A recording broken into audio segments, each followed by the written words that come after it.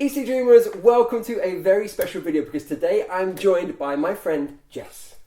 Hey Jess, how you doing? I'm good. How are you? I'm alright. Jess is from America, but she also has a channel here in London called Love and London. Do you want to quickly tell us a bit about Love and London? Yeah, so we make videos for people who are coming to visit London. So we tell everyone how you can take the tube and what restaurants you should go to and things you should know before you come here. And we specialize in things that are a bit off the beaten path. So we're always trying to talk about cool restaurants and independent shops and things like that. It's very cool. Really worth checking out, guys.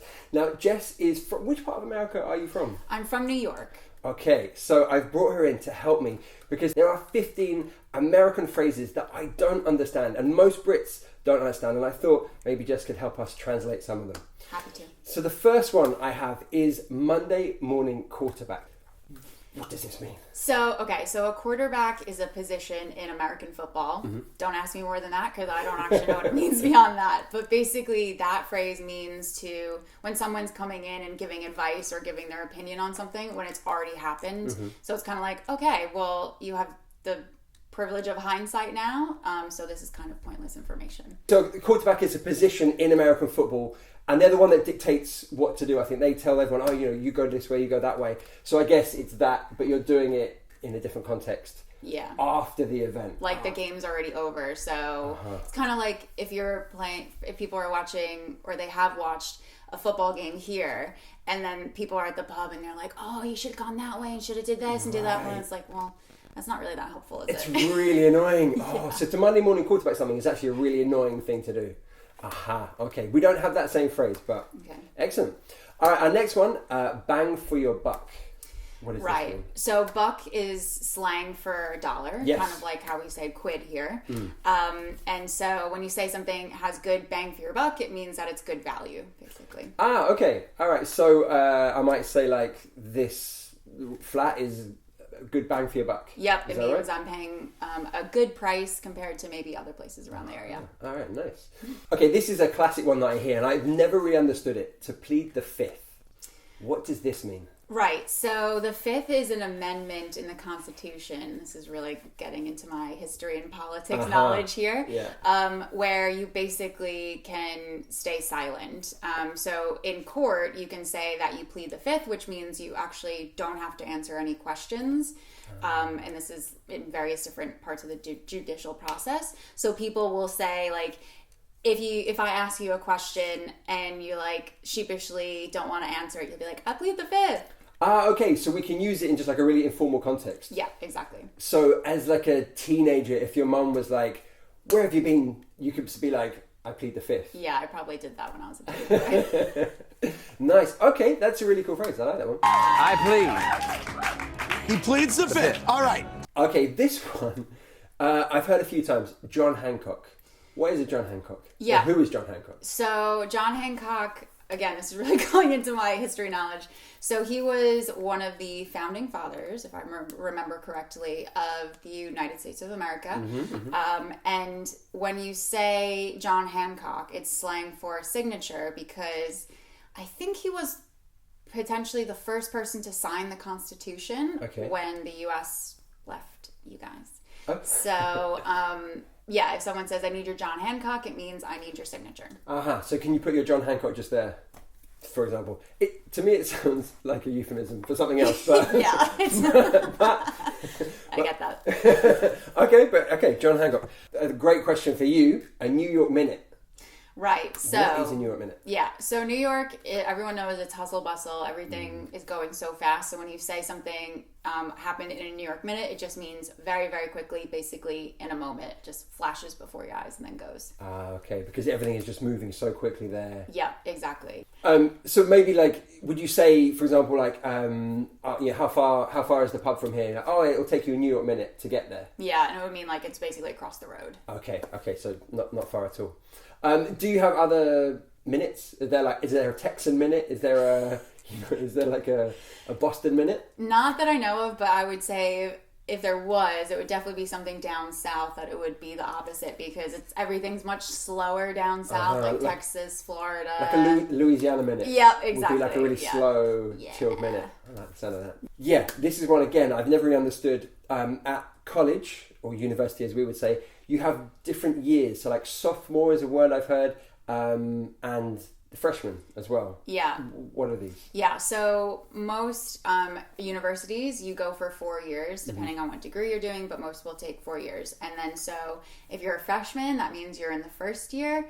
And then there's sophomore, which is second year, junior's third year, and then your final year is your senior year, fourth year. So you have a specific name for each year. Yeah. Okay. So freshman, I guess we translate as fresher. We have that. Yes. But then we do 3 years here, so we don't have you just second year and third year.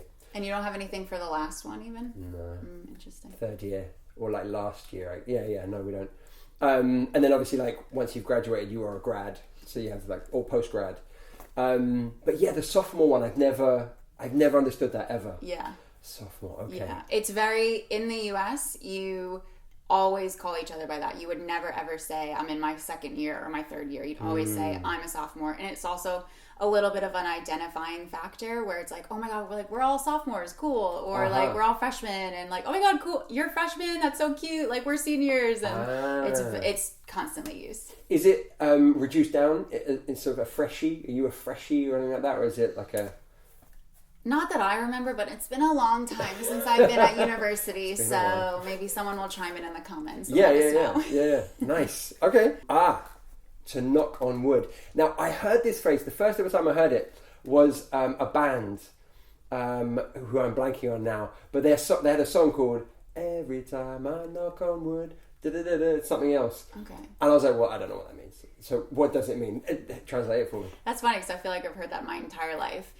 Basically, it means you don't want to jinx something. So if you're like, I'll be getting a promotion next week, and then hopefully, and then you go like knock on wood, and then you're supposed to go find a piece of wood, and you go knock, knock, knock, and it's like, I don't want to jinx it, so hopefully it's still happening. Oh, it's like for luck. Yeah, kind of for luck. It's maybe not luck. No, not quite luck. It's just that you like don't want to jinx something, so you don't. If you're talking about it, or you're like, I've never been in a car accident before. Knock on wood. Oh, okay, yeah. All right, so that translates for us as like to touch wood. Yeah. Okay, I forgot. Yeah, you guys say that. Yeah. Okay, makes total sense to me. Another phrase, for the birds. I've seen, there's a Pixar film called For the Birds that I've seen, but again, I didn't get the reference. What does it mean? Yeah, I've not heard this one too many times. I've never used it, but it basically means that it's like pointless or useless. So you could say like, this seminar is for the birds. Like, let's just go. This seminar? You're not this one. Not this one. No, other ones. Okay, so just useless, like no point in it. Yeah. Okay, I'd love to know if anyone knows the etymology of that, why this phrase exists, let us know in the comments below. Okay, our next one, we're rattling through these. To be behind the 8 ball. An 8 ball is from pool, right? Yep. The black ball, I think it is. Yeah, which is the last one you want to get in when you're playing pool. Right. Okay. Pool pro here. So again, this one I've not really heard that much, but basically it means that because if you're behind the 8 ball, you're at a disadvantage because you don't want to knock the 8 ball because of various reasons, and you don't want it to go in the hole. So that saying basically means that you're at a disadvantage and you don't want to do that. Okay. All right. Okay. Interesting. So maybe if I'm training for a race, and maybe like I haven't been training as long as some other people, then I could say like I'm a bit behind the 8 ball compared to these guys. I think it would be, that might work, but I think it's more of that you would say like, I've sprained my ankle, so now I'm behind the 8 ball. Okay. Okay, makes sense. Okay, another one, the whole 9 yards. This one rings a bell. Yeah, I feel like, God, I've heard this, I guess, loads, but I don't know if I've used it in a very long time. I have been here for 10 years though, so I think sometimes like I forget, and I've lost a lot of the isms, and I picked up obviously some of the English ones. Yeah. So the whole 9 yards basically means like everything. So I'll say sometimes, so we like got this, and this, like, we did everything. We did the whole 9 yards or got the whole 9 yards. And, just like kind of means like we did it all. Okay, cool. Maybe, I'm thinking like at Christmas time, houses, some people like to decorate their houses. Then there's one house that's just like lit up, just decorations everywhere. It's the whole 9 yards, right? Yeah, That's everything. Yeah. Okay, cool. Nice phrase. Okay, we've got a few more. This one, broil. I've heard this word, and again, we've got the word boil, but not broil. Yeah. So this has actually confused me until recently, because I would talk to my parents about things I would be making here, and using recipes here, and they would be like, grill, like, you don't have a grill. And I'd be like, no, there's like the grill setting on the oven, and I use that. And my parents were like, I don't get what that means, but broil is the same thing as grill here. Okay.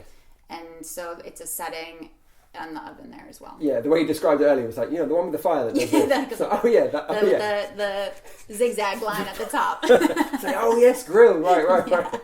Okay, cool. So I'm going to broil this chicken rather than grill this chicken. Yeah. Okay. Yeah. I'd like to do y'all. Can we do y'all? Yeah. Because that's a word that we do not have here, and I hear it a lot, and I kind of understand it, but how would you use it? So, I mean, y'all is just short for you all.